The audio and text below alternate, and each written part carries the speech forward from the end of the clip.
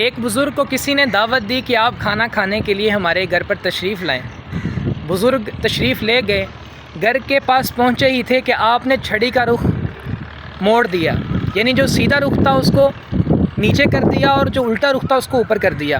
دیکھنے والوں میں سے ایک نے کہا، لگتا بزرگ کو عقل ہی نہیں ہے، کیونکہ کافی عمر ہو چکی ہے، ان کو پتہ ہی نہیں چل رہا کہ سیدھا رخ کون سا ہے، الٹا رخ کون سا ہے۔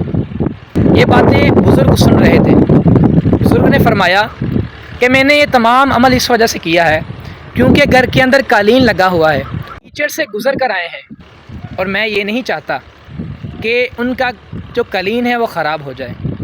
دوستو، ہم کسی کے متعلق رائے اختیار کرتے ہیں تو ہمیں چاہیے کہ معلومات لے کر، مکمل معلومات لے کر، انفارمیشن لے کر پھر کوئی رائے دوسرے تک پہنچائیں، کیونکہ بعض دفعہ ایسا ہوتا ہے جس کے متعلق ہم رائے اختیار کرنا چاہ رہے ہوتے ہیں وہ آپ سے زیادہ تہذیب، تمدن، اخلاق اور کردار کا مالک ہوتا ہے، اچھے کردار کا مالک ہوتا ہے۔